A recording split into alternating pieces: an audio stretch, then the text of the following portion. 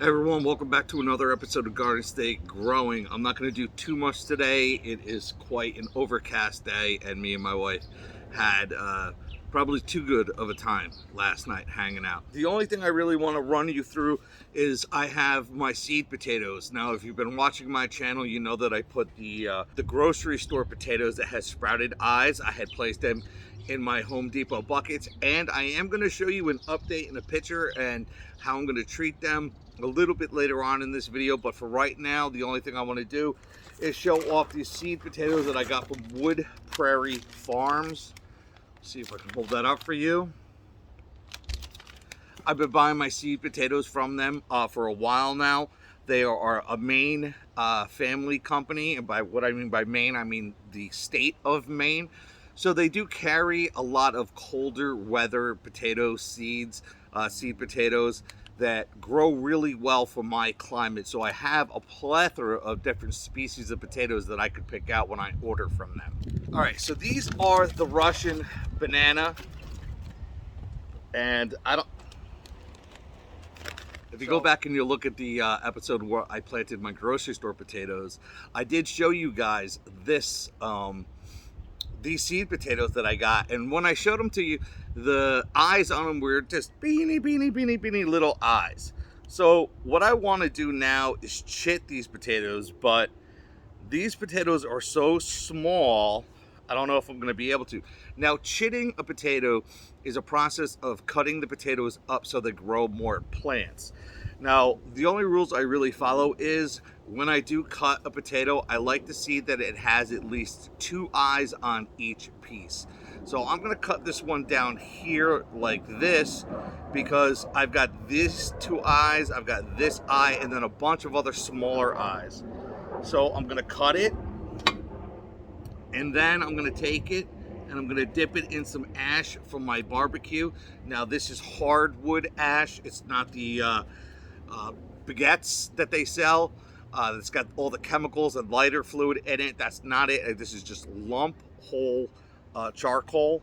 So I'm going to go through the rest of these and see if I could chit any more. And yes, see, like this one, I got 2 down here and 2 up here. This will be perfect for chitting. These are a smaller variety of potato. This is the Russian fingerling.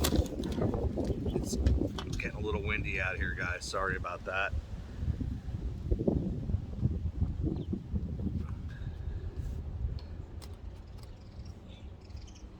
So I bought the Russian fingerling because while it is a very small potato, it is one of the best tasting as far as I'm concerned. This comes highly recommended for many chefs all over the world that this is one of the best fingerling potatoes to cook. So why do I dip it in the ash? Well, a lot of different reasons, and some of them are kind of folklorish-y and maybe not true, and some of them are definitely true. So let's start with the one that is definitely true. By dipping this in the ash, it's going to help heal and seal this open cut I just put on this potato and help protect it from rotting before this potato turns into a plant. So now, as far as the hypothetical, as far as the homeopathic, or as far as a lot of other reasons why people might say to dip it in ash, well, ash is acidic. Okay, I'm not going to cut this one at all. Ash is acidic, and it could potentially lower the acidity in the soil, which the potatoes like. Well, I'm not really adding that much ash to these potatoes to really make that much of a difference. I mean, I could see if I dumped a whole pile of this on these potatoes when I go to put them in the ground, maybe that'll like raise the acidity of the soil enough to make a difference, but I'm not exactly sure about that. These smaller ones that only have 1 eye, I'm going to leave that. So the second one, I'm not even going to cut this one, I'm sorry. It's, you know what, I'm going to do it anyway. The second so-called, homeopathic, nutritional, why I'm dumping it in the ashes is people say, well, ash is technically, literally, potash. Potash is a great source of potassium. Oh, we broke an eye off. You see that? You gotta be careful. Is a great source of potassium. Potatoes love potassium. Once again, I really don't think there's enough ash here, enough potash here to really change anything with the nutrition or the acidity of this soil that I'm going to be planting it in, or these potatoes. I'm going to leave this one alone. I think I'm going to cut this one right like this. So now I'm just trying to be really careful because I don't want to knock any of these eyes off, and some of them are already falling off, so I just want to be careful. So as you see, I didn't chit them all. I followed my rule. Only if there was 2 eyes that were growing, I was going to chit them out and dip them in the ash. All right, so all of these Russian fingerlings have been chitted. I'm going to gently place them back into the bag. I don't want to break off any more eyes that have already been broken off. And I'm gonna just set these aside like I did before. And these are gonna be going into the ground, hopefully within like a day or two.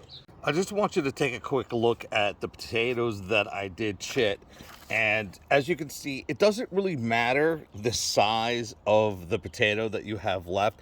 It is literally all about these eyes. That's why I say you want to have at least 2 eyes per piece, regardless of the size of the piece. Look at this tiny little piece here, and that is going to grow fine into a marvelous little tomato plant. All right, so this is the Prairie Blush. This is the one I've never grown before. It's supposed to have a beautiful blush discovery with rich old-fashioned potato flavor, exceptional roasted, fried, or boiled. Sounds good. Let's check out the eyes on these guys. Oh, yeah, and look at that. See, I always had nothing but like little tiny specks like that when I first got them. Now I have this nice big bushel of eyes growing up top. Should I chit this one?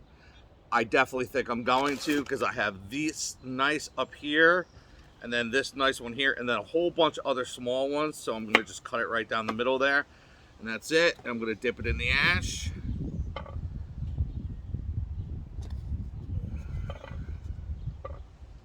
And put it aside and do the rest of them. And last but not least, I have the Yukon Gold potato, which is a fantastic roasting mashed potato. Glorious yellow, light, white flesh, sweet, delicious. And right here is where we have the most ideal, perfect eyes. Some of them were a little long on the other potatoes or a little bit short. This is perfect, 1/8 to 1/4 of an inch. And there is plenty of ways to chit this. As a matter of fact, this potato, I could probably chit this and not just cutting it in half, but actually in probably thirds. And that's what I'm going to try to accomplish.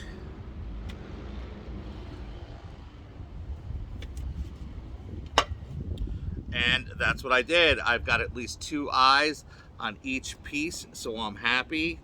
Dip that in the ashes there, coat it up nice. This is a process called scarification, and it's going to help scar the opened wound of the potato and stop it from molding or rotting. Going to give this one a try. I've got 2 big eyes on this one, and there's just a bunch of tiny, tiny, tiny little ones on this one. But I think that's going to be fine for them to grow. So, ashes, ashes, we all fall down. All right, let me run through the rest of these. All right, guys, so that is it for chitting your potatoes. Now, I need to make an apology. As I was doing some additional research on chitting your potatoes, I found out that the actual process of chitting your potatoes is just putting them in cool, dry storage to allow the eyes to form. I honestly believe that it was the process of cutting the potato and getting them to scarify so they grew more eyes. That is not exactly true. So as long as you take these potatoes and put them somewhere cool and dry to allow the eyes to form, that is chitting. What I am doing right here is just plainly called scarification. in order to get more plants out of your potatoes. Now, the quick question is, do you have to, chit your potatoes? Do you have to cut them to scarify them? No, you absolutely do not. Your potatoes will grow regardless if you chit them or not, or get eyes to grow on them. They will do good as long as you buy your seed potatoes from a reputable source.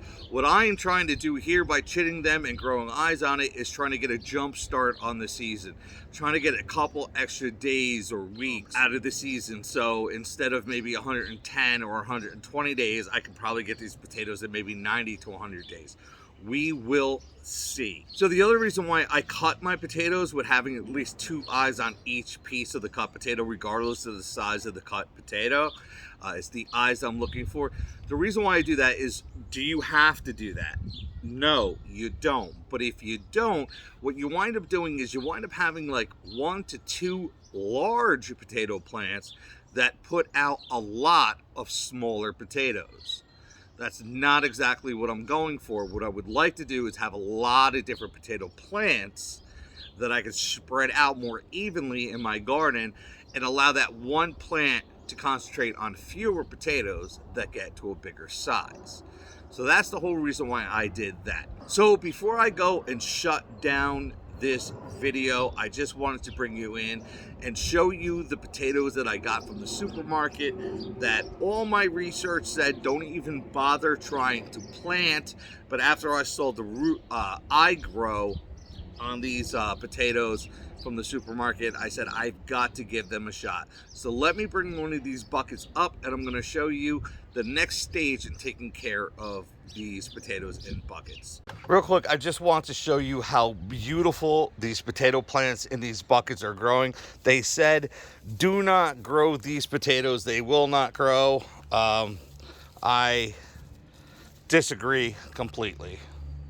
I brought you up here to show you what I'm going to do with the kitchen scrap potatoes that I bought from the grocery store that I decided to take eyes. I did show you a top page look at this beautiful, lush plant that is growing here. So all I'm going to do is I'm going to take a couple more cups of mulch and I'm going to throw them on top and bury this plant a little bit deeper. Let me show you how I do that.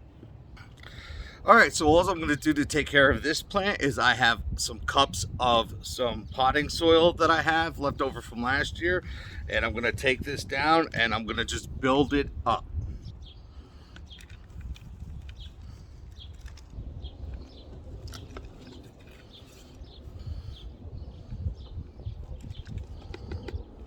All right, everyone, so that is it. So now you know how to chit your potatoes and how to take care of your kitchen scratch potatoes that I planted in these 5-gallon buckets. As you can see, I just raised the soil level up about 5 inches. I didn't completely bury the entire plant, but I did bury a lot of the smaller plants that were growing and a lot up the stem. I'm going to continue doing that until the soil level is about 2 inches below the surface, and then I'm going to throw on some of that easy straw mulch to help the moisture and weed control with this. I've got 4 other buckets I need to treat the same exact way. That is going to be it for this episode.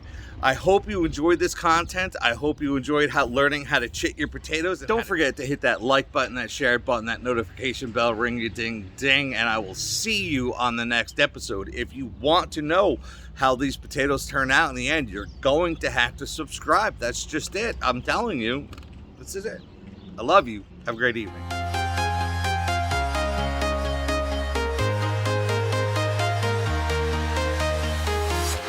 I'm walking alone, the streets are empty. The only thing I can see is my own silhouette. I'm getting strong. I already called not helping. Call not helping? No. I call ignoring you.